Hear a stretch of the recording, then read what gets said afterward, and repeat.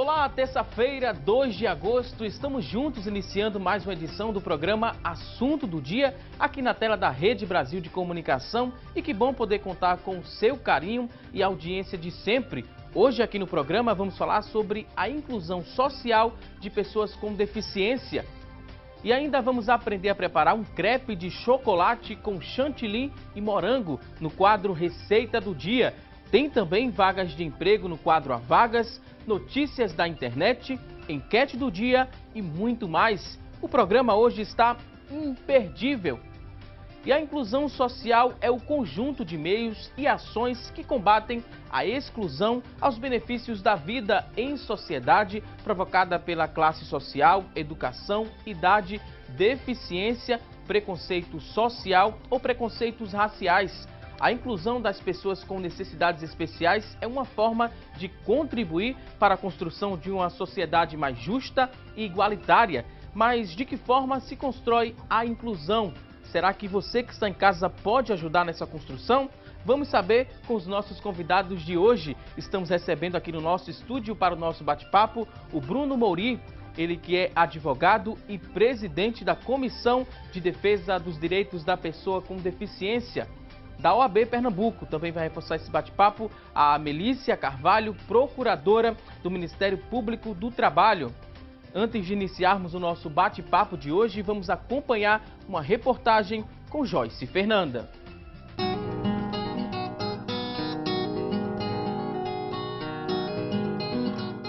Inclusão social é um assunto que tem sido bem discutido atualmente. Mas se a gente voltar um pouco no tempo, vai perceber que as coisas não funcionavam bem assim. Ketiane tem 30 anos e não enxerga desde que nasceu. Nos tempos da escola, encontrava alguns desafios para poder aprender os conteúdos. Hoje, ela é professora de Braille e tecnologia assistiva para crianças, adolescentes e adultos e vê o quanto a preocupação com a inclusão social de pessoas com deficiência tem mudado a vida de milhares de pessoas para muito melhor. A quantidade de material produzido em Braille era muito menor do que o que a gente produz hoje, embora ainda não seja satisfatório, certo? Mas não havia unidades que distribuíssem esses materiais num volume tão grande quanto a gente tem hoje. Não havia, por exemplo, impressora Braille nas escolas como a gente tem hoje. Algumas escolas e alguns centros educacionais como o CAP, eles têm impressora Braille. Apesar dos passos que já foram dados, a jornada ainda é longa e todos os dias existem obstáculos como a segurança e mobilidade urbana que precisam ser enfrentados. Para ultrapassar todos eles, ela conta com a ajuda bem especial do cão-guia, o Simba, o Golden Retriever de quase 4 anos. Eu acho que qualquer cego diria a mesma coisa, que usa cão-guia, que a diferença está na liberdade, porque com a bengala, embora você tenha controle do ambiente, né? Mas você se detém muito mais, você anda muito mais devagar. Quando você anda com cão-guia, você praticamente tem um guia vidente à disposição, entendeu?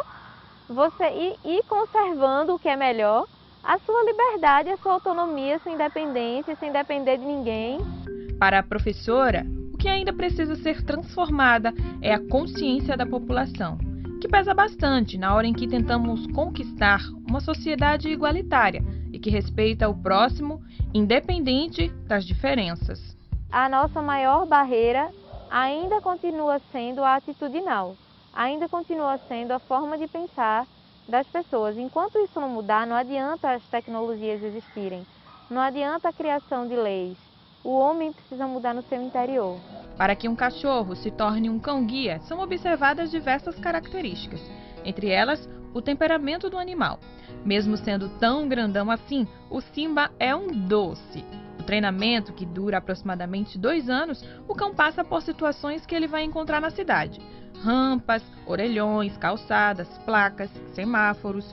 Em Pernambuco, é o Kennel Club, o primeiro laboratório do Norte-Nordeste que prepara os cães-guias.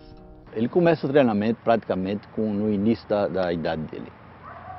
Aos 45 dias de nascido ele é escolhido Quando termina o período de vacinação, que é em torno de 3 meses, ele vai para a casa de uma família acolhedora. É uma família que é participante do projeto e ela vai participar da fase de socialização. Ele vai levar esse cão para as ruas, ele vai no supermercado, né? E a partir daí, até 1 ano de idade, quando ele já está na fase de socialização, a gente acompanha isso. Ele volta ao clube para começar efetivamente o treinamento para cão-guia, né? E aí tem todos os passos e os comandos necessários para que ele conduza um deficiente visual com garantia, né? Com segurança. Muita gente não sabe, mas um cão-guia tem acesso a lugares que um cão comum não pode ter. Isso é o que garante a Lei 15.875 de 2016, sancionada pelo governador Paulo Câmara. Agora, eles têm direito de acessar e permanecer em locais públicos e privados, como igrejas, shoppings e clubes esportivos. A lei também permite o uso do transporte coletivo, tudo isso para garantir mais mobilidade para os deficientes visuais. Ketiane aprovou a iniciativa, mas também fez a análise de pontos bem importantes. Eu acho que quando se fala de espaços privados de uso coletivo, deveria ter um adendo também à relação dos táxis. Se tem alguma falha nessa lei, é exatamente de não ter trazido essa especificidade do uso coletivo nos transportes de táxis, sabe, que foram os que mais ofereceram resistência durante maior tempo para nós.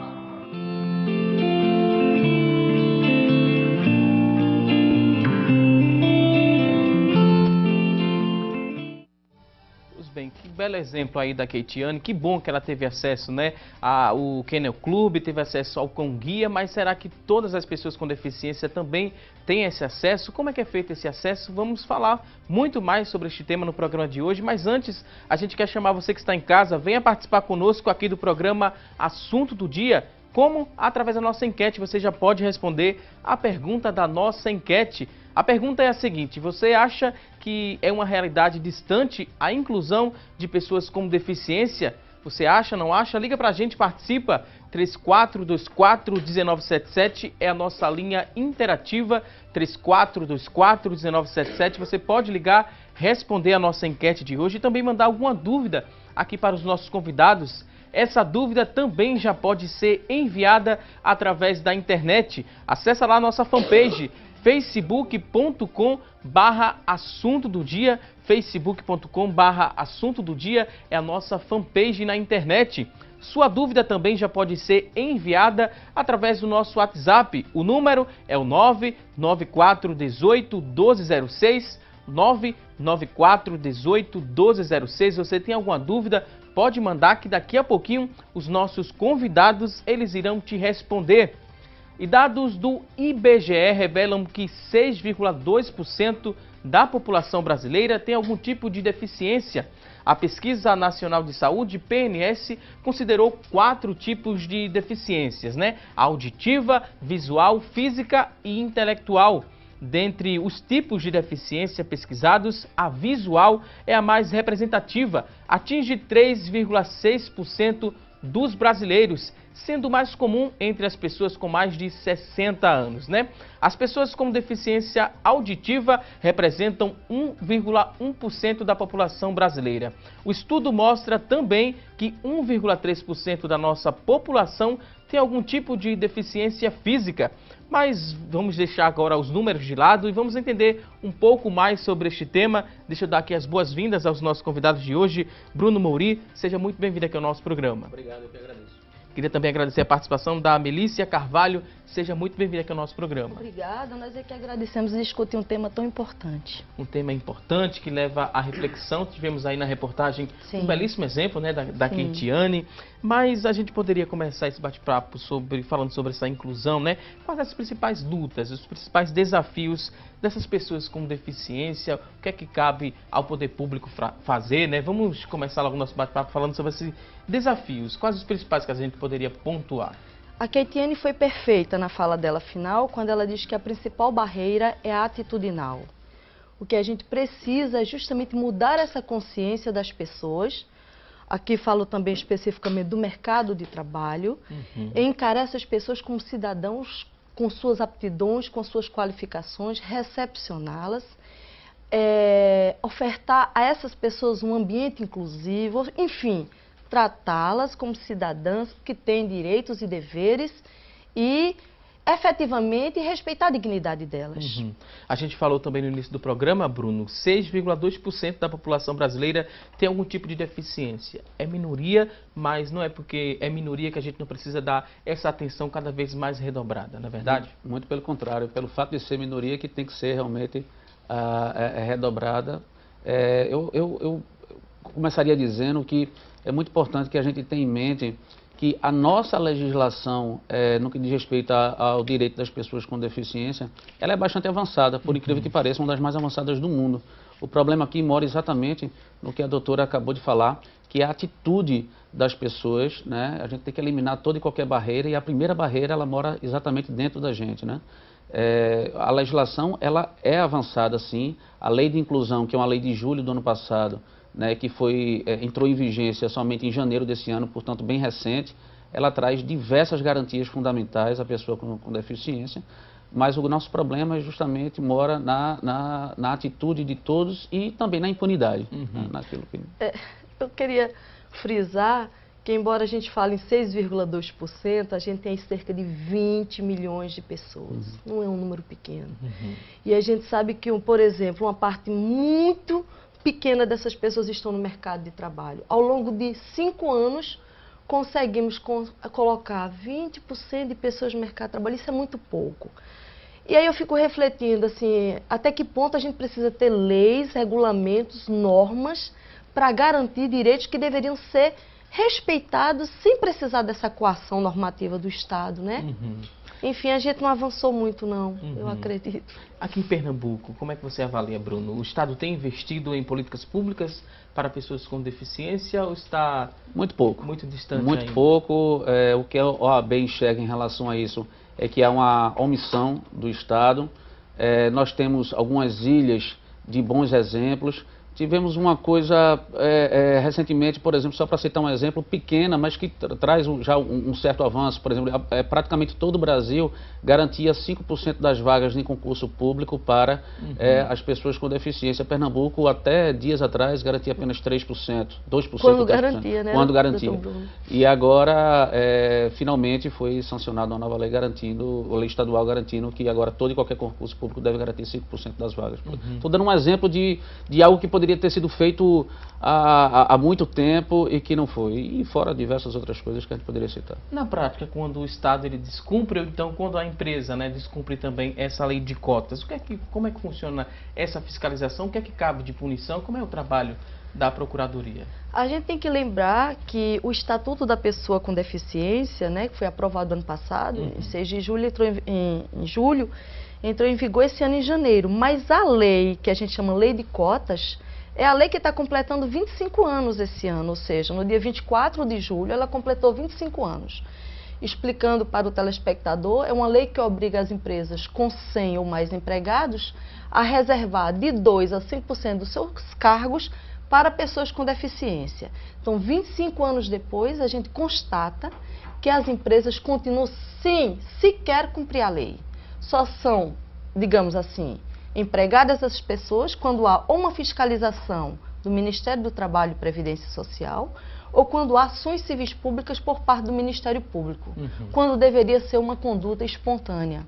A gente falou, né, no início do programa, trouxe a definição de inclusão social, né, e ficou bem clara essa questão da inclusão em si, mas para quem está em casa a gente poderia exemplificar de que forma? A doutora procuradora do Ministério do Trabalho, ela explicou Ministério Público do Trabalho, ela explicou essa situação, de que forma funciona a inclusão, explicou agora a lei de cotas também, mas na prática é só o acesso ao trabalho que essa pessoa com deficiência deve ter, no geral, o que a gente poderia exemplificar para quem está em casa compreender qual o direito que a pessoa com deficiência também tem? Quando a gente fala em inclusão, a gente fala não só acesso ao trabalho, que é um direito fundamental, garantido constitucionalmente, mas a gente fala de absolutamente tudo. Direito à educação, direito à saúde, direito à acessibilidade.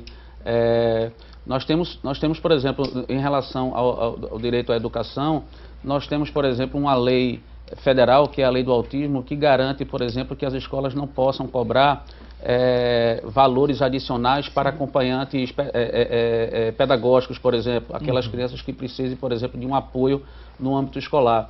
Não obstante isso, pasme, é por isso que a gente está dizendo aqui que a primeira mudança tem que ser dentro das pessoas. Mas pasme, esse artigo que garante que as escolas não possam cobrar valores adicionais para acompanhante pedagógico, ele foi objeto de uma ação direta de inconstitucionalidade por parte da Confederação Nacional das Escolas. Veja. Imagine que tipo de pensamento, quer dizer, as pessoas que comandam uma entidade, que conglomeram aqueles que têm o dever de ensinar, tomam uma atitude desse tipo. É por essas e outras que a gente define e a gente tem a consciência de que a primeira mudança ela mora dentro da gente mesmo, né?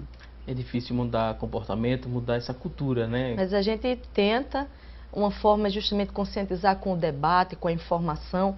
Essa é uma situação e outra recentemente, uma mãe se queixando que o filho dela foi recusado na escola porque tinha autismo. É um completo absurdo.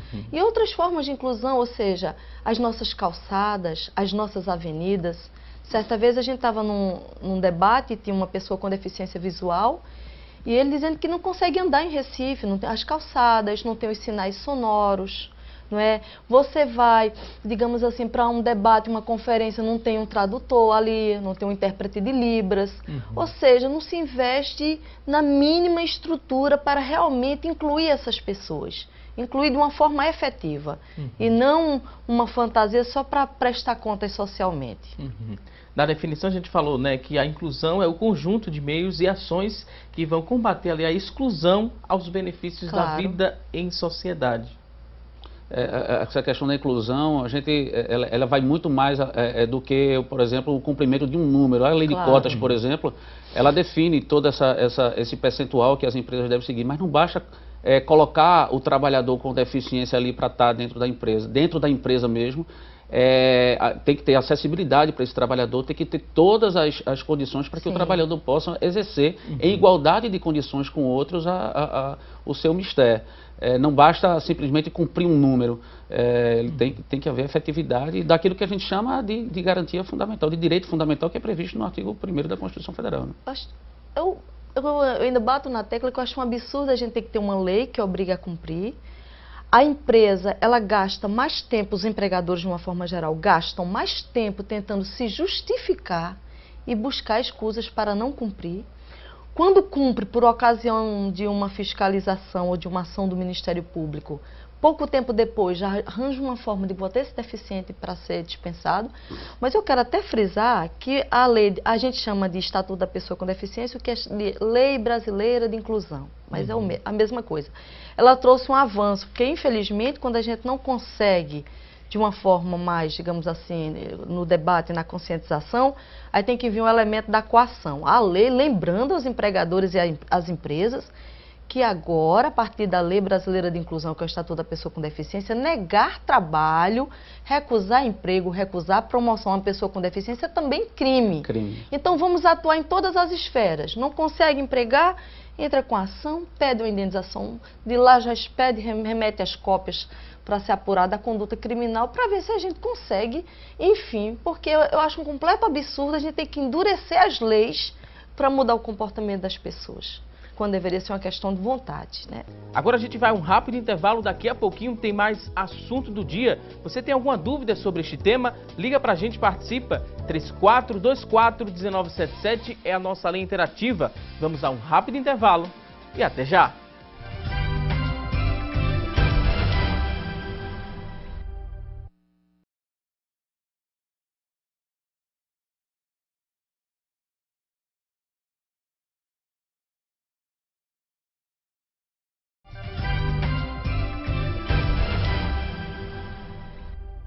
E hoje, no assunto do dia, estamos falando sobre a inclusão social de pessoas com deficiência. Isso mesmo, e agora vamos acompanhar o que é notícia na internet sobre este tema. O É Notícia é com a Tânia Silva. Tânia. Olá, Valdisson, uma ótima terça-feira para você. E para vocês que nos acompanham, a informação de hoje está no site G1. Cresce o acesso da pessoa com deficiência ao ensino superior no país. De acordo com dados do INEP de 2004 a 2014, as matrículas entre as pessoas com deficiência aumentaram mais de 518%. Mas esse número ainda é bem pequeno, já que elas representam apenas 0,42% do total de ingressos nas instituições. Em Mato Grosso do Sul, pessoas como Rosa Cristina dos Santos, de 36 anos, estão lutando para superar essas barreiras. Ela tem uma síndrome que não pode ser diagnosticada pelos médicos e que causa a diminuição do tônus muscular e da força, além de um grau de miopia muito alto.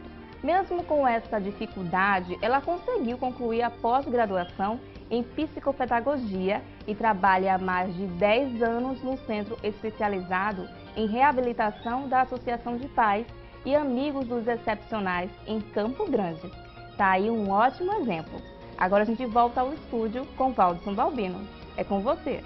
Ok, Tânia Silva, muito obrigado por essas informações. E a cada ano aumenta, né, o número de pessoas com deficiência em salas de aula comuns. Entre 2005 e 2015, o salto foi o equivalente a 6 vezes, né? De acordo com o censo escolar do INEP, do Instituto Nacional de Estudos e Pesquisas Educacionais Anísio Teixeira, o total subiu de 114 mil para 750 mil estudantes especiais, convivendo, né, com os demais alunos, né? A inclusão, ela deve continuar a crescer e as redes, as escolas, elas precisam estar prontas, né, para receberem bem esses estudantes com ações que vão desde melhorias, né, dos espaços físicos, a mobilização também da comunidade escolar.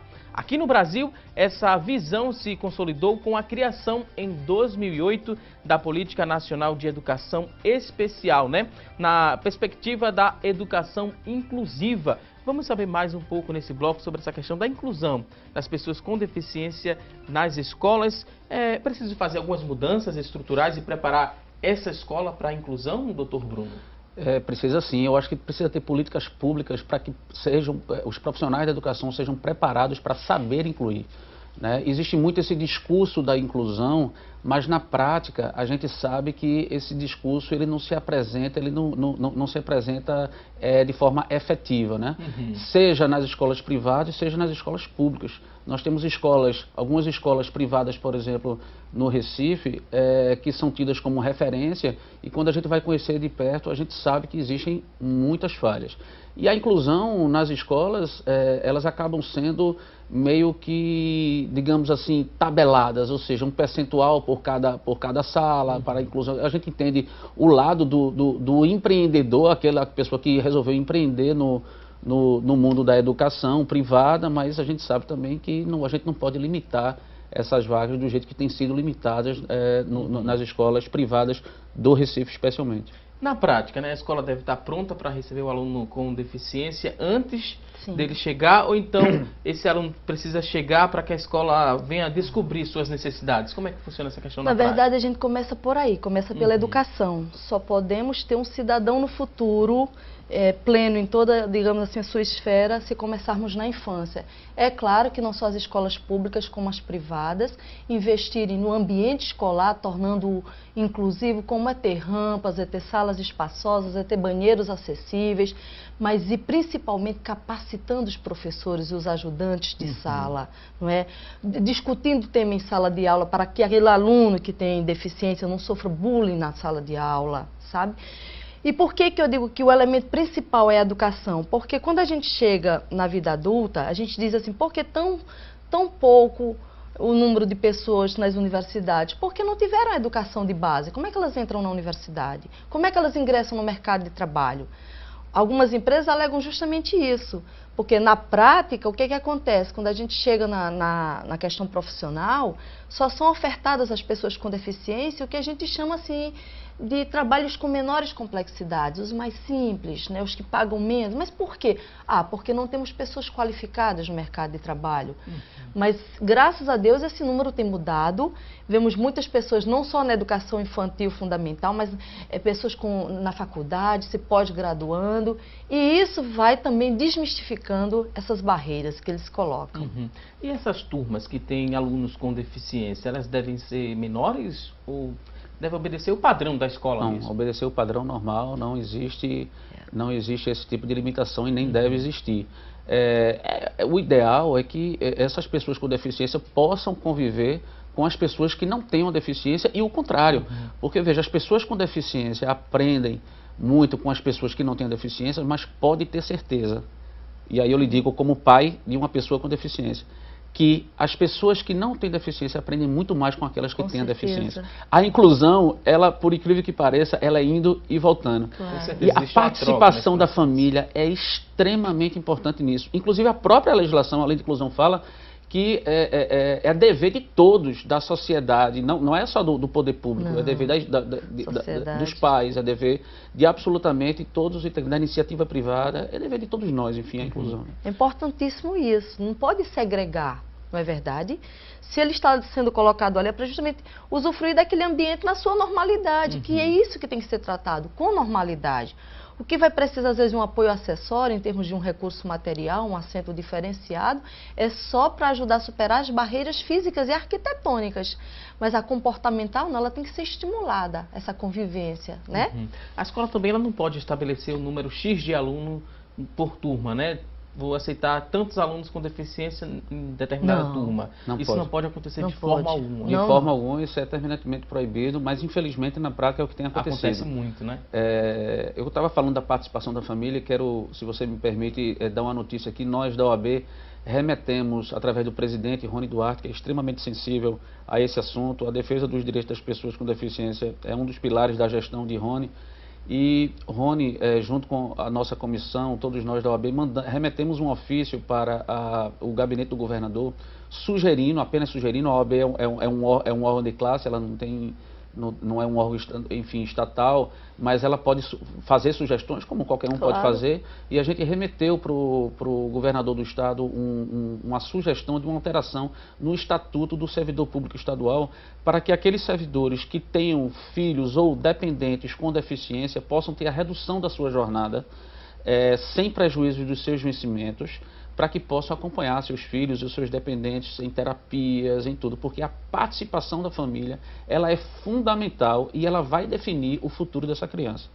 Claro. E reforçando, o poder público, ele realmente tem que sair na dianteira na questão do transporte público, porque muitas mães deixam de levar o filho a uma escola pública e vai precisar de usar o ônibus. Como é que eu vou usar um ônibus que não está adaptado, que não tem assentos?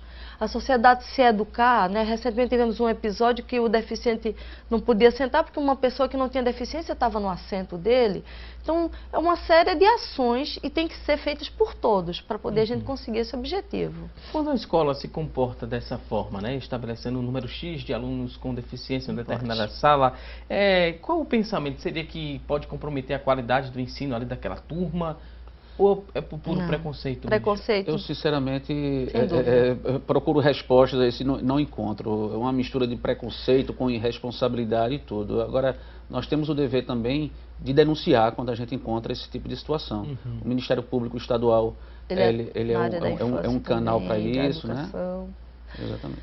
Na verdade, às vezes nem vai muito uma conduta deliberada de preconceito, às vezes parte mesmo por uma falta de preparo. Se formos às escolas, nós encontramos muito pouco número de professores e assistentes que sejam preparados. Então, ali eles ficam com medo daquela situação, de não conseguir enfrentar.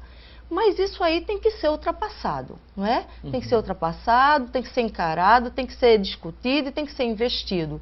Mas sinto isso, numa conduta deliberada de preconceito, mas essa questão da falta de preparo para lidar com o problema, isso cria um receio, né? E como preparar esse profissional? Política pública, né? Política pública de preparo para isso. Agora, nas escolas privadas, algumas escolas enfrentam um problema que é verdadeiro e a gente tem que ter essa sensibilidade também, sabe? Tem algumas escolas privadas aqui de Recife que são preparadas para a inclusão, elas são capacitadas para isso e elas acabam pagando o ônus de toda uma massa de escolas que não estão preparadas para a inclusão. Porque elas são muito procuradas, porque são referências, como escolas inclusivas, e acaba tendo que negar, e às vezes ela necessita negar realmente a vaga. A gente tem que ter essa sensibilidade, a gente não pode fechar os olhos para essa realidade. Tá? A grande maioria das escolas, elas não estão preparadas para a inclusão, e a pequena minoria que é preparada para a inclusão acaba pagando o ônus daquela maioria que não está preparada. Isso é um dado que existe realmente, e a gente tem que ter esse tipo de sensibilidade. Mas daí a gente tem que impor as mudanças. Então, se você mora ali naquele quarteirão e tem uma escola boa perto da sua casa e você quer colocar naquela escola, eu não tenho, o ambiente não é inclusivo, eu não tenho professores capacitados, mas aí vai o cidadão e força essa capacitação, força essa mudança. E aí a gente reparte o ônus entre todos, porque, como disse, realmente é um direito do cidadão, um cidadão que mora lá, digamos, lá em Boa Viagem, vir aqui para a Zona Norte, um exemplo, ou em Rosarinho, ou em Casa Forte, colocar uma criança numa escola, porque lá não tem uma escola. Não, não é isso. A gente tem que disseminar a cultura do ambiente, ser inclusivo no seu bairro, perto da sua casa, onde você colocaria se dispusesse uma estrutura acolhedora. A gente falou nessa preparação dos profissionais, mas os alunos, né, que vão conviver com essa pessoa, que precisa de uma atenção maior, eles precisam ser preparados também? Existe um momento de conscientização de que vai vir alguém que precisa de uma inclusão social? Olha, eu não sou um profissional da área da educação, não poderia te responder isso. Agora, falando como pai, eu sinto que os grandes terapeutas, por exemplo, do meu filho, são os coleguinhas. É a irmã dele em casa, as crianças, esse convívio social, ele é extremamente enriquecedor para uma pessoa com deficiência. Os pais dos alunos que não têm necessidades especiais, eles precisam ser avisados que naquela sala vai ter um aluno com deficiência ou não precisa? Essa coisa de precisar não, por que precisaria? É um aluno como outro qualquer que está ali. Evidentemente, se surgir alguma circunstância, às vezes o aluno acabou de chegar, não está adaptado, cria ali uma barreira de comportamento, ou em algum momento age de determinada forma, apenas explicar, não, isso se deu, está chegando agora, não se adaptou. Mas não precisar alertar os pais, mas por quê? E não é um problema, não é uma dificuldade, é apenas uma pessoa que está chegando nova, que vai se ambientar e que precisa desse acolhimento. As crianças são as criaturas mais especiais. Criança não tem preconceito, criança não discrimina. A criança é aquele livro em branco que os adultos vão preenchendo. Ninguém nasce preconceituoso. Exatamente. Né? A gente aprende a ser preconceituoso. Então, ali, o que ele transfere na escola, às vezes é resultado do que ele vê em casa, no dia dele, no cotidiano. Então, vamos ser melhores para ensinar nossas crianças, já de pequena, a ser também essas pessoas. Bruno, você já presenciou alguma resistência de algum pai que não queria aceitar? Não, graças a Deus, não, né? No meu caso não, mas a gente sabe que infelizmente isso existe no dia a dia, né? Como tratar com um adulto, né, preconceituoso? É tentar conscientizar. Não é fácil. Não é fácil. Eu acho que tudo passa também por uma informação, não é? Na sala do meu filho também tenho uma criança com autismo e a partir daí eu me interessei, comecei a ler, comecei enfim, a me informar. Isso é muito bom, abre a mente das pessoas e as tornam mais sensíveis até para lidar com a eventual situação, mas a informação é fundamental para que as pessoas tirem aquela capa da ignorância que faz com que cometam muitos erros, sabe? E eu acho que em termos de informação nós evoluímos já, tá? Por exemplo, o autismo mesmo que ela acabou de citar, o que eu ouvia falar do autismo era sobre aquele filme Rayman com Dustin Hoffman e tal, que eu achava que eram aquelas pessoas ultra mega inteligentes que contavam palitos quando eles caíam no chão assim, olhava, tem 3.486 palitos aí no chão. A minha relação com o autismo era isso, porque eu nunca tinha lido a respeito. Quando você passa a se informar, você passa a ler sobre tudo isso, então quando você tem essa informação, você pode ajudar de uma maneira muito mais adequada, né? E o que fazer quando essa criança ela passa a ser alvo de bullying, por exemplo?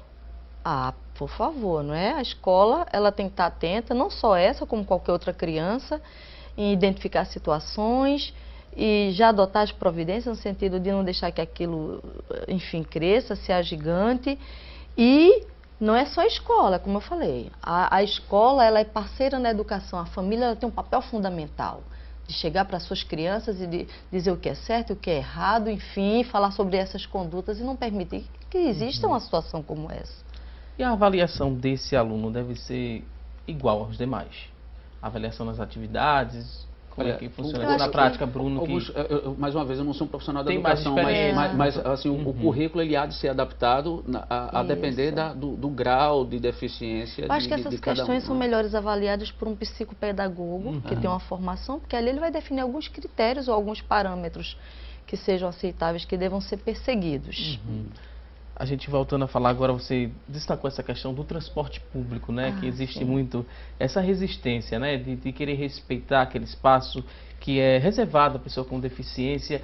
Aqui no nosso estado, Bruno, uma avaliação geral, como é que está essa situação? A gente tem muito a avançar nesse quesito transporte público, acessibilidade? Tem muito a avançar e tivemos uma experiência recentemente e a gente tem que saber criticar na hora de criticar e tem que saber elogiar na hora de elogiar. Nós tivemos um problema com uma pessoa com deficiência recentemente por um ônibus que não parou. Ele anotou o número dele, um cadeirante, que enfim, o ônibus passou direto, não respeitou lá o seu direito. Então ele pegou o número do ônibus, ele conseguiu fazer a denúncia no consórcio Grande Recife e o consórcio Grande Recife tomou realmente as suas providências. Então isso é muito bom porque demonstra que há realmente essa preocupação. Mas a gente tem muito o que melhorar ainda nesse sentido, não tenha dúvida alguma. A gente tem alguns ônibus que tem aquele elevador, né, que ajuda o acesso. O que mais a gente poderia... Tem que modernizar a frota, né? Modernizar a frota, não é? As paradas também. E antes mesmo de entrar no ônibus, existe uma questão, eu costumo dizer que o primeiro passo para a cidadania é a calçada, né? Nossa. Um cadeirante, por exemplo, para ele chegar até o ponto de ônibus dele na nossa cidade, venhamos e convenhamos, quase é um verdadeiro inviável. martírio, é um grande desafio.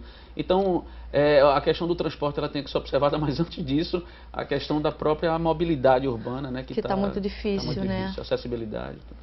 Já andei muito de transporte público aqui na região metropolitana, na nossa cidade, e às vezes quando o cobrador e o motorista respeitavam aquele deficiente físico, né, parando o ônibus, abrindo a porta do meio, acionando aquele elevador, eu ouvia muita gente reclamar porque estava atrasada por trabalho e que estaria perdendo tempo, né, perdendo um pouco de tempo, por favor, atrasando um pouco a viagem por conta daquele direito que a pessoa tinha de subir no ônibus e ser transportada para o destino que ela queria, né?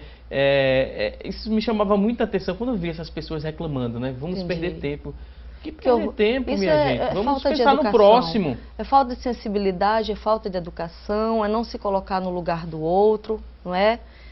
Enfim, são condutas que a gente não pode nunca tolerar, seja em que espaço for. É o que a gente disse agora há pouco, a gente precisa mudar isso dentro da gente, né? Quando a pessoa está fazendo isso com a pessoa com deficiência, ela não consegue enxergar que na verdade ela está fazendo com ela própria, né? Ela está se prejudicando também, porque ninguém sabe do dia de amanhã, ninguém sabe do futuro. A gente vive numa sociedade, a gente vive em conjunto, a gente não vive isolado. Exato. Né? então a gente tem que olhar para e também é importante destacar que a pessoa com deficiência, ela não quer ser vista com pena. Ele não é um coitadinho. Não é um coitadinho. Ele quer ser visto com respeito, como os demais. Os demais cidadãos querem ser vistos. É isso, gente. Vamos tratar com respeito. Tem a mesma dignidade, os mesmos direitos, os mesmos deveres e, logicamente, algumas circunstâncias são criadas favorecendo para ajudar nessa superação de barreiras e ele poder exercer com plenitude. Mas não é, o coitadinho, faça isso. Não, ele não quer ser tratado assim. Quer ser tratado com respeito. Respeito. Eu toco muito nessa tecla do respeito. Precisamos tocar sempre, né, Bruno, nessa tecla a respeito.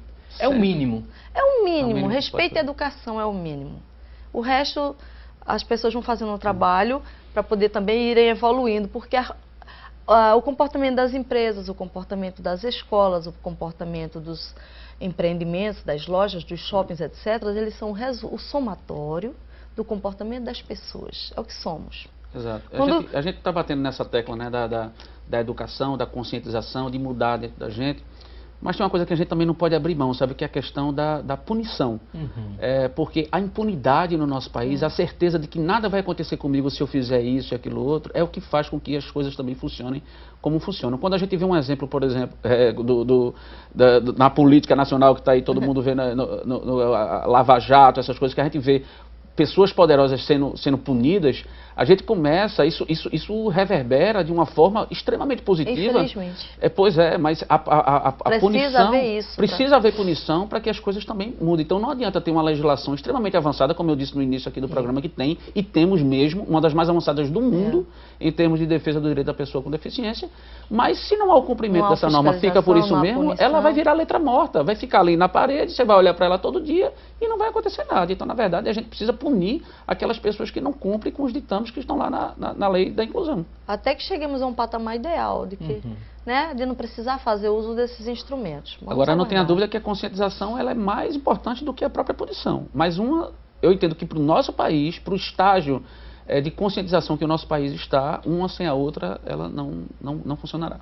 Ok, vou pedir licença aqui aos nossos convidados, vamos a um rápido intervalo. Você tem alguma dúvida sobre este tema? Liga para a gente, participa, 3424-1977 é a nossa linha interativa. Essa dúvida também já pode ser enviada através do nosso WhatsApp. O número é o 99418-1206. Vamos a um rápido intervalo e até já!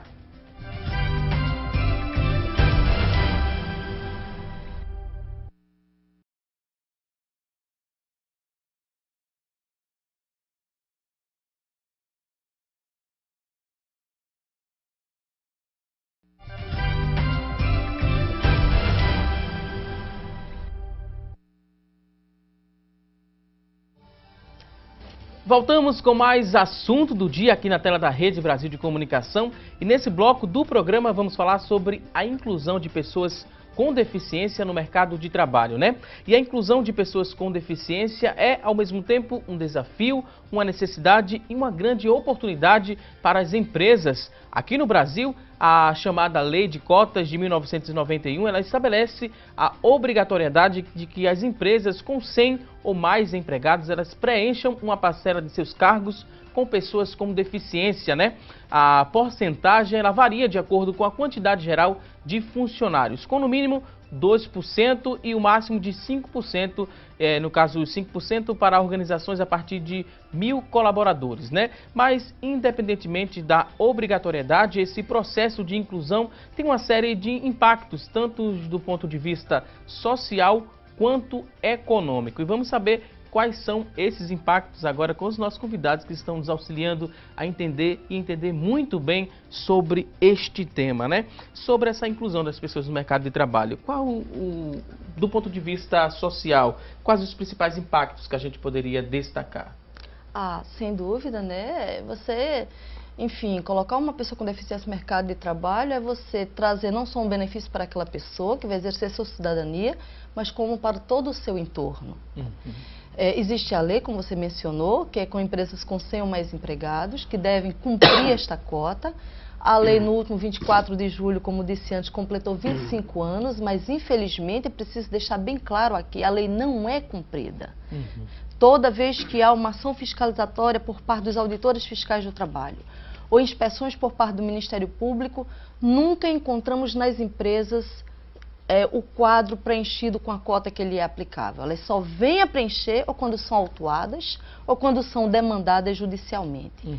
Apresentam todo tipo de justificativa que, quando você vai ver, falando assim uma linguagem bem popular, é simples balela, porque alegam que não há deficientes no mercado de trabalho e isso não se sustenta. Nós temos um sistema público de emprego, Cine, na Agência de Qualificação e Empreendedorismo do Estado, no sistema público municipal, que mantém cadastro de pessoas com deficiência que querem se inserir no mercado de trabalho. Nós temos uma centena de associações e instituições de ONGs que são voltadas para a inclusão dessas pessoas no mercado de trabalho. Outra coisa que as empresas alegam, mas essas pessoas não são qualificadas. Também não é verdade. As pessoas elas estão se qualificando, elas têm nível médio, elas têm nível superior, elas têm pós-graduação, elas fazem cursos de capacitação justamente para colocar-se em pé de igualdade com os demais candidatos. E, infelizmente, a empresa só oferece aquelas vagas que são consideradas menos atraentes. Semana passada eu fui para uma audiência e a empresa ela tinha um quantitativo de 9.000 trabalhadores e tinha uma vaga, digamos assim, em termos de vagas, era no mínimo, ou aproximadamente 450 vagas para serem preenchidas com pessoas com deficiência. Ela tinha 14. e teve a audácia de dizer que não havia pessoas com deficiência interessadas. Então eu perguntei, como foi esse tipo de, digamos assim, de chamamento? Publicou algum anúncio em jornal? Não. Foi às entidades associativas de inclusão? Não. A gente colocou um avisozinho lá no site. Veja, a gente está falando de diversas barreiras. As pessoas com deficiência visual, como é que ela vai acessar um site que não é acessível? Então, colocam uma série de dificuldades para justamente não empregar a pessoa com deficiência. Eu perguntei quais eram os cargos que eram oferecidos. Uma empresa grande, tem a parte administrativa, tem a parte de recursos humanos. Não, era só as funções de call center, né? Aquelas funções de telefonista que tem metas inclusive abusivas para serem cumpridas. Quer dizer, cria uma série de obstáculos para não empregar essas pessoas com deficiência. Aproveitando inclusive o espaço, a gente quer frisar que a lei foi endurecida o ano passado com o Estatuto da Pessoa com Deficiência, criminalizando essa recusa de oferta, de trabalho, de promoção à pessoa com deficiência. E o Ministério Público do Trabalho tem atuação na área laboral e também atuamos também na questão indenizatória, quando entramos com nossas ações. Mas também daremos vazão a esse viés criminal, encaminhando para que seja apurada essas condutas. E lembrando que não basta cumprir a cota hoje, porque as empresas ainda têm uma estratégia. Estavam em vias de serem fiscalizadas pelos auditores fiscais ou inspecionadas pelo Ministério Público, então elas ali empregavam rapidamente, cumpriam a cota. Poucos dias depois dispensavam as pessoas com deficiência, só para maquiar no momento da fiscalização. Lembrando às empresas que o Estatuto da Pessoa com Deficiência também acrescentou um parágrafo, artigo 93, que é a lei que é de 91, dizendo que para se dispensar uma pessoa com deficiência, é preciso que antes ela tenha contratado outra pessoa. E não só nos contratos por prazo indeterminado, que é aquele que não tem uma duração especificada. Nos contratos por prazo determinado acima de 90 dias. Então tem que ficar atento. Ora, se uma empresa no passado chegou a ter 30 pessoas com deficiência, por que ela hoje está com 2? Está descumprindo duplamente a lei e é preciso que a gente endureça justamente as punições, porque isso vem desse comportamento reiterado, abusivo, desrespeitoso que as empresas têm com os trabalhadores. Em relação aos impactos econômicos, que a gente poderia destacar? Olha, em relação aos impactos econômicos da contratação dessas pessoas, eu não tenho a dúvida que isso estimula a economia, né? Qualquer esforço no sentido da empregabilidade, seja de pessoas com deficiência ou que não têm deficiência, evidentemente que tem um impacto positivo. Agora, eu queria chamar a atenção, dentro disso que a doutora Melissa falou, e eu achei extremamente feliz a fala dela, mas eu queria fazer uma provocação positiva aqui, ao vivo, no sentido da gente se unir para a gente, digamos assim, matar, no bom sentido, essa desculpa de que não existem pessoas com deficiência disponíveis no mercado de trabalho. Eu acho que nós podemos, Ministério Público do Trabalho, Ordem dos Advogados do Brasil se coloca à disposição, Ministério do Trabalho, Governo do Estado, Prefeitura Municipal, Governo Federal, a gente se unir no sentido de repente, criar uma espécie de cadastro único. Já há esse cadastro. Há cadastros. A gente poderia trabalhar então na melhor divulgação desse cadastro, porque eu, por exemplo, estou sabendo agora que o cadastro existe. Infelizmente eu não sabia ainda. A gente poderia criar alguma coisa que estimulasse essa divulgação, porque quando você passa a divulgar isso no seu, e veja, eu quero acreditar aqui que existem maus empregadores e existem bons empregadores. Existem aqueles que de repente possam efetivamente ter a dificuldade na contratação dessas pessoas com deficiência. A partir do momento que você tem a atitude de divulgar melhor esses cadastros, saber que ali eu posso encontrar, ali eu posso usar, eu acho que isso pode facilitar, vamos dizer assim. Centralizar, né? Inclusive, doutor Bruno, o cadastro existe no mesmo local em que os empregadores vão buscar as pessoas sem deficiência, no sistema público. Está lá o estadual, está lá o municipal, aquele cadastro eletrônico. Constantemente ele é atualizado, é divulgado, enfim. Perfeito. Outra coisa importante que eu queria falar, falando da inclusão do trabalho, é que a lei de inclusão, que entrou em vigência em janeiro deste ano, ela trouxe uma novidade que é o auxílio inclusão. Existe o benefício de prestação continuada, que as pessoas já recebem, aquelas pessoas que estão desempregadas e que têm ali um recebimento, as famílias que têm um recebimento até 25% do salário mínimo, eles podem ter acesso ao benefício de prestação continuada. O BPC. O BPC. Mas o auxílio inclusão, ele é diferente. Ele é um auxílio para quem entra no mercado de trabalho. Então é um plus a mais. A razão dele existir é que possa fazer com que a pessoa com deficiência tenha ali naquilo que envolve o trabalho, ele tenha mais, por exemplo, transporte até o trabalho. Se ele tiver um auxílio, ele pode se transportar talvez melhor e por aí vai. Dando A ideia prático. do auxílio é essa. Só para eu terminar, Sim, porque há só uma crítica a lei no que diz respeito ao auxílio inclusão, é que ela exige que para a pessoa receber o auxílio inclusão, ela tem que antes ter recebido o BPC nos últimos 5 anos. Esteja recebendo o BPC ou nos últimos 5 anos tenha recebido, o que é um verdadeiro absurdo, porque sem entender essa parte da legislação. Mas a deputada Mara Gabrilli, ela tem um projeto de lei de autoria dela, evidentemente, que já está, se eu não me engano, já foi votado. E se Deus quiser, isso vai ser Porque estão confundindo distorcido. as naturezas dos auxílios. Esse que o doutor Bruno falou é justamente aquele. A pessoa é uma pessoa que usa cadeira de roda, eu não gosto de falar de usar a expressão cadeirante, eu não coisifico nunca a pessoa. E ela precisa que alguém a conduza. Então é justamente para auxiliar. Ou então uma pessoa que é cega, não tem um cão-guia, mas uma pessoa leva atrás de volta. É justamente para que o trabalho não se torne um ônibus. Porque de repente ele trabalha e recebe ali o salário mínimo. E ele precisa pagar alguém para auxiliá-lo. Então, praticamente não sobraria nada daquele salário. Então, vamos incluir esse auxílio para que ele possa exercer o seu trabalho e contar com uma ajuda financeira para essa ajuda extra que ele vai receber. Essa questão do BPC, desse auxílio, né? Muita gente, às vezes, tem ainda o medo de começar a trabalhar e não quer trabalhar, tem a resistência de trabalhar porque recebe esse auxílio BPC, por exemplo? Pois é, o auxílio inclusão ele veio muito nesse sentido também. Aquelas pessoas que recebiam o BPC, eles meio que se acomodavam, tinham receio de entrar no mercado de trabalho para não perder esse benefício. O auxílio inclusão, ele veio também nesse sentido de que, olha, na verdade, um estímulo para que essas pessoas entrem no mercado de trabalho. Em relação ao que deve ser garantido, né, a pessoa com deficiência em seu ambiente de trabalho, é importante a gente destacar isso, né, doutora? Respeito, não é? Um ambiente inclusivo. Na verdade, esse ambiente inclusivo independe de você ter uma pessoa com deficiência ali. As empresas hoje, de uma forma geral, se ela oferece produtos e serviços, ela tem que ter um ambiente inclusivo. Mas, se tem um trabalhador com uma dificuldade específica, que necessita de uma adaptação específica, ela também tem que prover essa adaptação para que ele possa exercer o seu trabalho em condições confortáveis. Porque essa é uma justamente das razões que faz com que a pessoa com deficiência, embora admitida, ele não fique muito tempo no trabalho.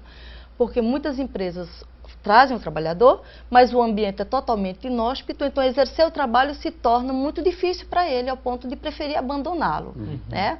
Outra questão, vamos parar com essa mania de oferecer os trabalhos de menores complexidade e pagar apenas um salário mínimo, porque o trabalhador tinha essa visão antes, ele dizia, eu já recebo o benefício da prestação, porque eu vou me deslocar, pegar transporte público, enfrentar engarrafamentos, preconceitos, todo tipo de dificuldade.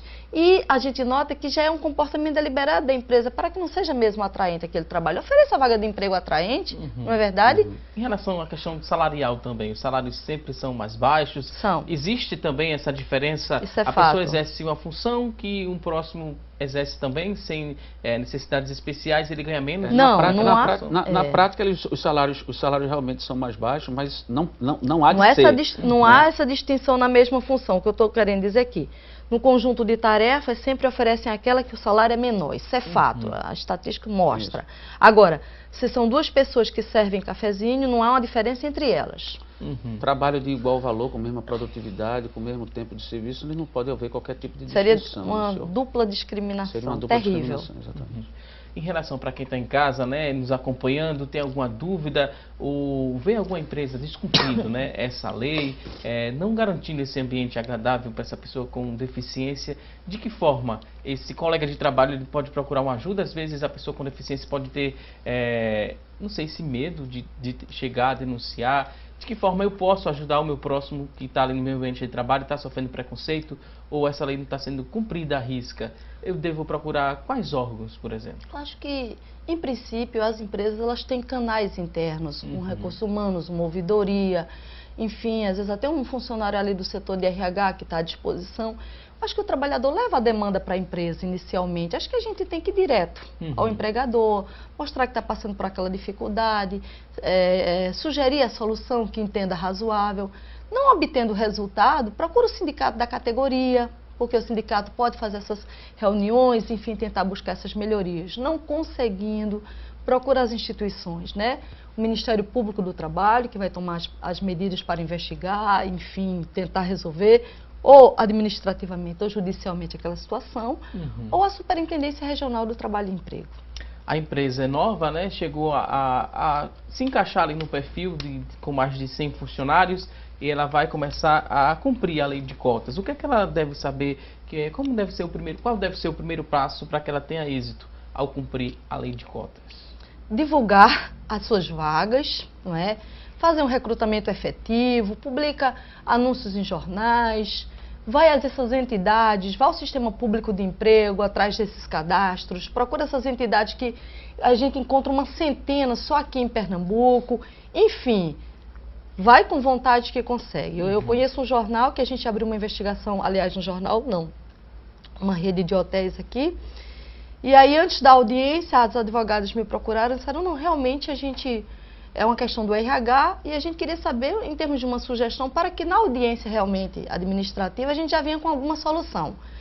E eu fiz 2, 3 sugestões, o hotel cumpriu. Na audiência, um mês depois, ele tinha incluído todo o seu número de pessoas com deficiência.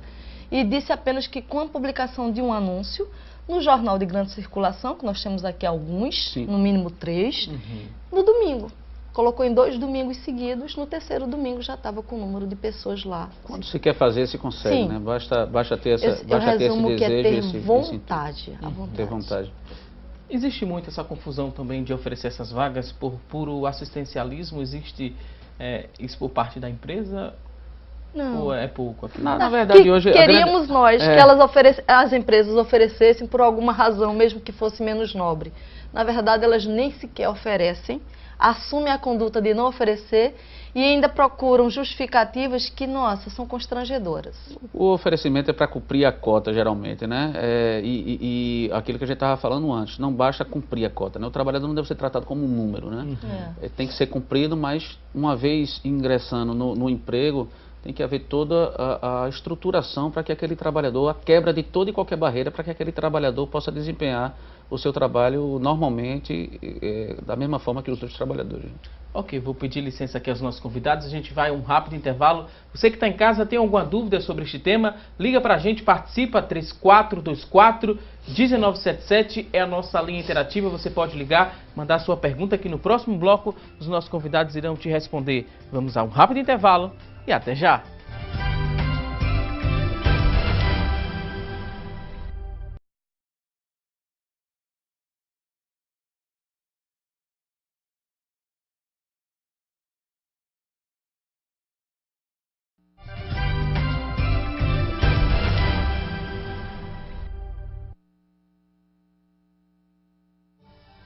Estamos de volta com mais assunto do dia e agora vamos aprender a preparar um crepe de chocolate com chantilly e morango no quadro Receita do Dia. Olá! Hoje a nossa receita está bem diferente e deliciosa. Eu tenho certeza que você vai ficar de água na boca. Nós vamos preparar uma sobremesa. Isso mesmo, nós vamos fazer um crepe de chocolate com morango e chantilly. Então pegue papel e caneta e anote os ingredientes bem direitinho.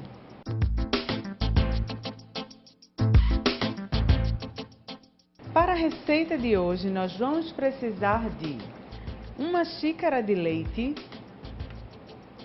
4 colheres de sopa de açúcar, 1 ovo, meia xícara de farinha de trigo, 3 colheres de sopa de chocolate em pó, 200 gramas de chantilly batido, morangos, açúcar confeiteiro, 100 gramas de chocolate meio amargo e 50 gramas de creme de leite. Nós vamos começar a receita de hoje preparando a massa.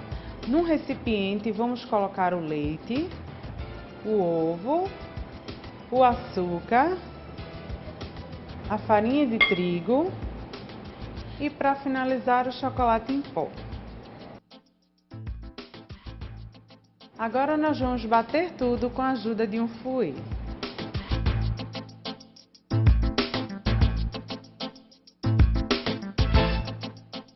A massa já está pronta, agora nós vamos começar a fazer os crepes. Numa frigideira aquecida, vamos untar com manteiga e colocar uma concha da massa.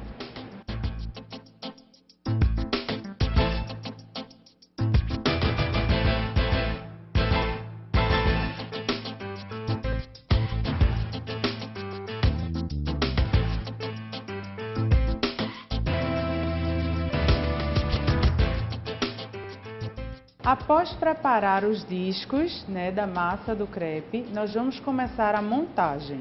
Então aqui num prato eu vou colocar um disco, temos chantilly, eu vou precisar de um saco de confeitar, colocar o chantilly dentro.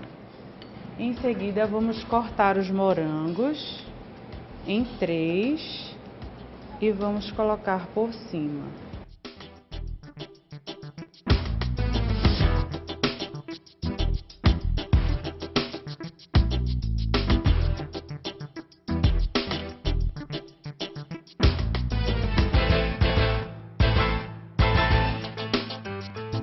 Agora nós vamos polvilhar com um pouco de açúcar confeiteiro. Então, com a ajuda de uma peneira, você vai polvilhando o açúcar em todo o crepe.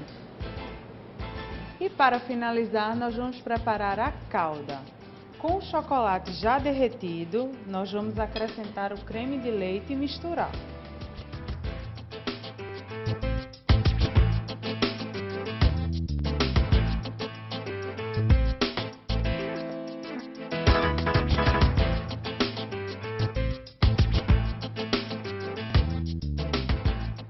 Como falei no início, eu tenho certeza que deixei vocês de água na boca. Espero que tenham gostado e até a próxima receita.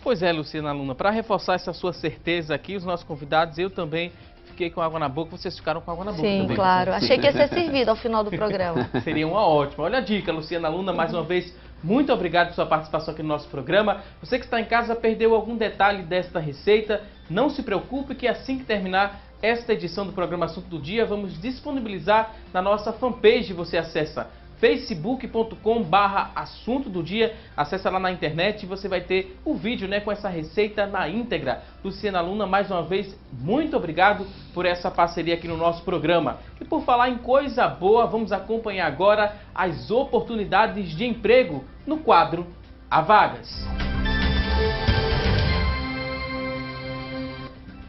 Atenção, você que está em casa em busca de uma recolocação no mercado de trabalho, preste bastante atenção às oportunidades de hoje. Vamos conferir aqui no nosso telão as primeiras oportunidades. Olha só, uma vaga para mecânico de automóveis e caminhões, uma vaga. A exigência é de ensino fundamental completo, experiência de 6 meses, R$ 1.200 é o salário, uma vaga para mecânico de automóveis e caminhões.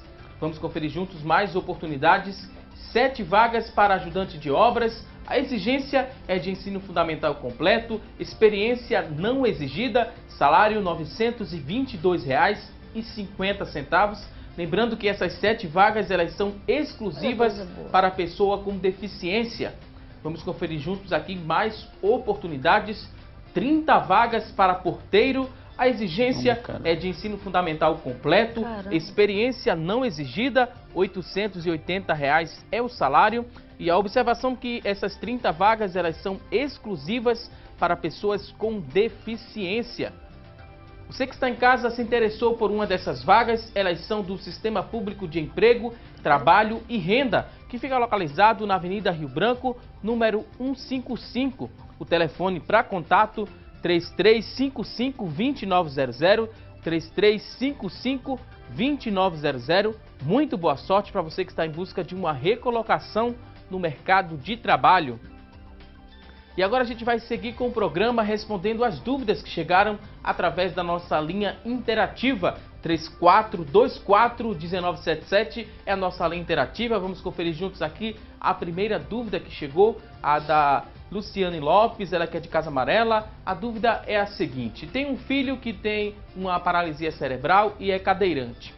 Ele passou no Enem, mas está com dificuldade de locomoção, pois são 3 ônibus que ele precisa utilizar para chegar até a instituição, né? Tem algum carro disponível para pessoa com deficiência? Vocês conhecem algum projeto que pode auxiliar essa mãe de Casa Amarela, que tem um filho que passou no Enem, vai estudar numa universidade? Que boa notícia, né? Que ele conseguiu esse acesso por mérito. Lamentavelmente, eu esqueço agora o nome da empresa, mas... Pernambuco Conduz é um projeto do governo do estado. Tem o Pernambuco Conduz, que é do governo do estado, mas tem uma empresa privada também, que lançou esse projeto recentemente, saiu inclusive no jornal de grande circulação há uns 30 dias atrás, mas eu realmente vou deixar na mão aqui, eu realmente não lembro o nome da empresa, mas talvez no Google ela colocando, eu acho que essa reportagem ela consegue acessar pelo Google. Que bom, né, que esse filho, né, com tanta dificuldade ali, ele conseguiu por mérito fazer o Enem, ter uma boa nota e essa mãe não deve desistir de buscar ajuda, inclusive pública, não digo nem privada, e mesmo que seja uma empresa privada que tenha um convênio com o sistema público para que ela receba esse auxílio e esse jovem possa frequentar a faculdade, com certeza. Parabéns a essa mãe e a esse filho também. Vamos conferir juntos aqui mais uma pergunta que chegou através da nossa linha interativa. Zacarias Lima, de Paulista. A pergunta é a seguinte, né? Os motoristas de ônibus, eles podem obrigar as pessoas a se retirarem dos assentos preferenciais? O que a gente poderia responder para o Zacarias Lima, de Paulista? Em princípio, ele peça, não é? Solicite que se retirem, mas insistam. O motorista é ali a pessoa que é responsável por aquele coletivo, e eu acho que se a gente não pode contar com pessoas educadas, infelizmente temos que ser persuasivos. Diga ele que não desista não, peça para se levantarem. Ok, vamos conferir aqui mais uma pergunta que chegou através da linha interativa. Vicente José, do Ibura, ele diz que é deficiente visual e já caiu diversas vezes por conta das calçadas esburacadas. Ele quer saber como ter o seu direito garantido em relação a essa acessibilidade, a mobilidade aqui. Infelizmente o Vicente, ele sofreu, né, com essas quedas. O que a gente poderia responder para o Vicente? O município é responsável por isso. A princípio, ele deve procurar o poder público para formalizar esta reclamação. E, em último caso, ele pode procurar o Poder Judiciário para ser ressarcido de todos os constrangimentos e de todos inclusive os danos materiais, inclusive danos morais. Ok, vamos conferir aqui mais uma dúvida que chegou através da nossa linha interativa. Luiz Fabiano, de Olinda, ele diz o seguinte: sou deficiente visual e enfrento várias dificuldades para atravessar a BR no trecho onde trabalho que não é sinalizada. Como posso reivindicar sobre esse problema? De Olinda, não é? Então, essa é uma das grandes queixas das pessoas com deficiência, ausência de vias, de sinalização adequada. Procurar o município, a Prefeitura de Olinda, com certeza há uma secretaria especializada para receber essas queixas do cidadão e implementar essas condições, porque é um direito dele ter sinalizações, ter vias adequadas, enfim, poder atravessar com segurança. Ok, você que está em casa tem alguma dúvida sobre este tema, liga para a gente, participa, 3424-1977 é a nossa linha interativa, você pode ligar, mandar a sua dúvida, essa pergunta também pode ser enviada através do nosso WhatsApp, o número 994-18-1206, você pode ligar, participar aqui do nosso programa, os nossos convidados estão nos auxiliando a entender um pouco mais sobre este tema. A gente falou já da inclusão na escola, no mercado de trabalho. Nesse bloco a gente faz meio que uma revisão de tudo que a gente já conversou, né? Eles estão nos auxiliando aqui a entender sobre esse assunto, o Bruno Mouri e a Melícia Carvalho, procuradora do Ministério Público do Trabalho aqui do nosso estado. A senhora queria, nesse bloco, diante dessas perguntas, ressaltar ou destacar algum ponto de vista? Pode ficar à vontade. Fico feliz que tenhamos vagas, não é? Pessoas procurando vagas para empregar as pessoas com deficiência. Não fiquei muito feliz com a questão que a gente observa, aquela questão salarial, são sempre os menores salários. Vamos melhorar essa oferta, vamos oferecer trabalhos também em colocações melhores. Vimos aí, fiquei feliz de ver essa situação, o jovem aí ingressando aí na faculdade, mesmo usando cadeira de rodas, quer dizer, quantos obstáculos já superou no ensino infantil, no fundamental, no médio, até chegar a esse momento. e dizer às pessoas que, enfim, vão atrás dos seus sonhos, vão estudar, se as condições são difíceis, vão atrás de oportunidades ou de, enfim, exigir mudanças de quem deva fazê-las para poder exercer os seus direitos. Acho que o recado para as empresas é ter realmente vontade de empregar a pessoa com deficiência, olhar para ela como um candidato a uma vaga de trabalho e não como uma pessoa que precisa ser colocada dentro de uma cota, olhar o currículo, tratar com respeito, tratar com dignidade, enfim, não esperar ser cobrado por uma lei para poder exercer a sua função social. Eu, pessoalmente, e também como profissional, quando eu chego num ambiente, numa empresa, num aeroporto, que eu vejo uma companhia aérea, ou num shopping, que eu vejo uma loja, ou num restaurante, que eu vejo uma pessoa com deficiência ali, eu fico muito feliz. Não sei se ela está ali pela cota ou se foi contratada espontaneamente, mas eu fico feliz de ver que aquela pessoa está ali trabalhando, está satisfeita. Ficaremos mais felizes quando soubermos que ela estará ali, enfim, por uma deliberação da empresa que contratou aquele trabalhador sem olhar para a deficiência que ele tinha. Temos uma dúvida aqui que chegou através do nosso WhatsApp, o número 994181206. Você tem alguma dúvida? Manda pra gente que os nossos convidados vão responder. E tem uma dúvida, a pessoa não se identificou, tem um número aqui, mas quer saber o seguinte, quanto a menor aprendiz, né? Ele conta, a empresa também conta ali nessa lei da cota ou não? É diferenciado? É importante esclarecer isso, porque algumas empresas queriam contar duas vezes. Contava na vaga para pessoa com deficiência e na vaga para aprendiz. Não conta. Ela tem que preencher excluindo o deficiente, né, que está na vaga de aprendizagem. O aprendiz, ele pode ser uma pessoa com deficiência. Sim. E é bom inclusive, que seja. Sim, mas não pode entrar nessa cota, porque era cota. Um pleito das empresas, inclusive tem empresa que queria contar duas vezes.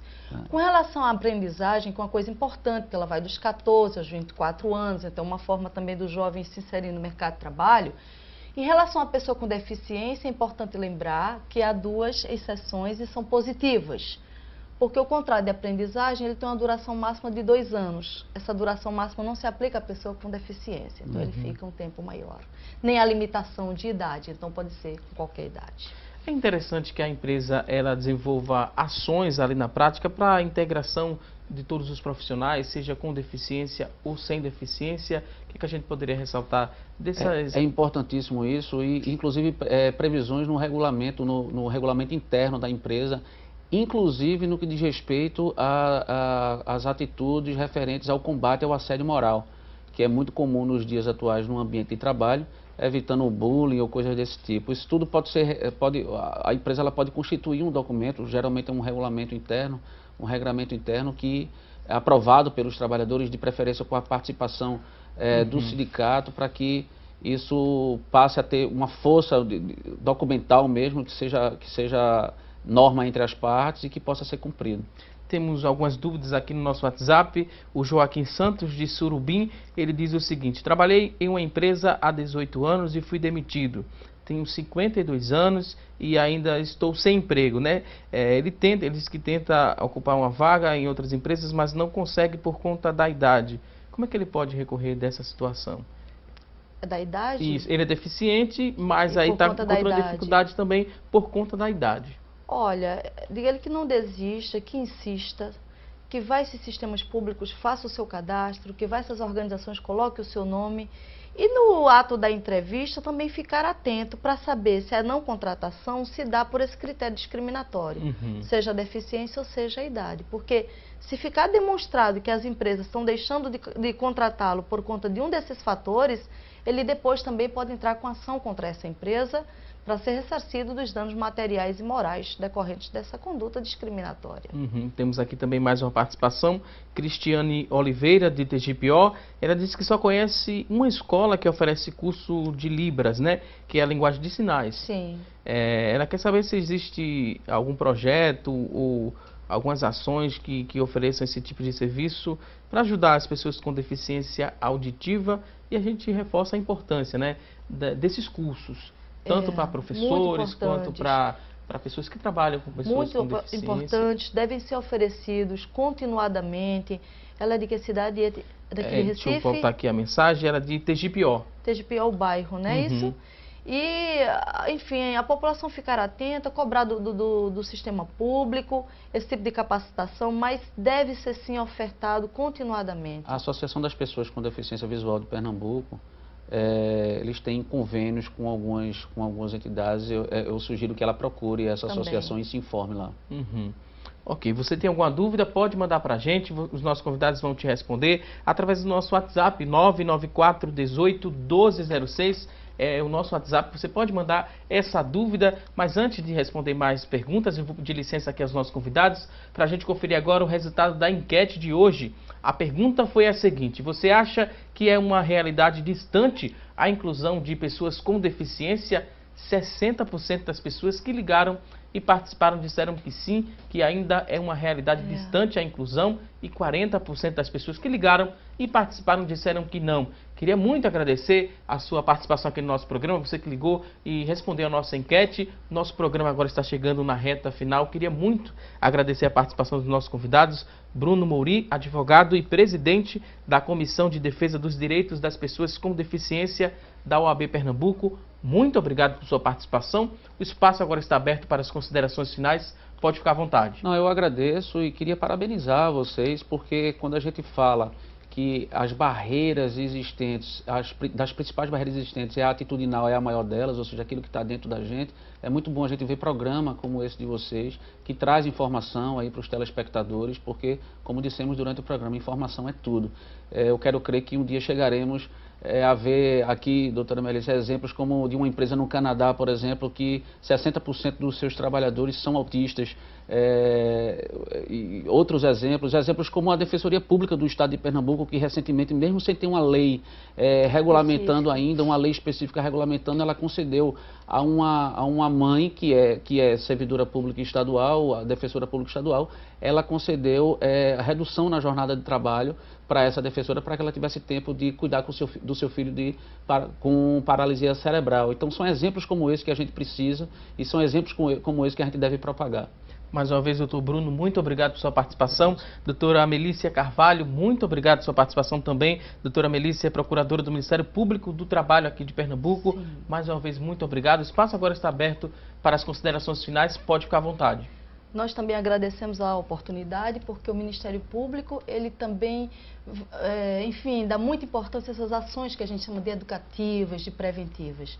Faço parte dos 40%, eu sou bem otimista, eu acho que, embora os números ainda sejam pequenos, de a gente saber que 20% apenas estão no mercado de trabalho, mas são pequenas ações aqui que vão mudando esse quadro, e contar sempre também com o apoio da sociedade. Fazer como essa mãe, que o filho está com dificuldade para ir para a faculdade, vai lá, cobra, exige mudanças, denuncia, porque aí o assunto vai sendo discutido, as sugestões vão sendo colocadas e as soluções também vão sendo buscadas. Vamos criar uma rede geral para, enfim, fazer com que a pessoa com deficiência viva em sua plenitude, como todos nós queremos viver.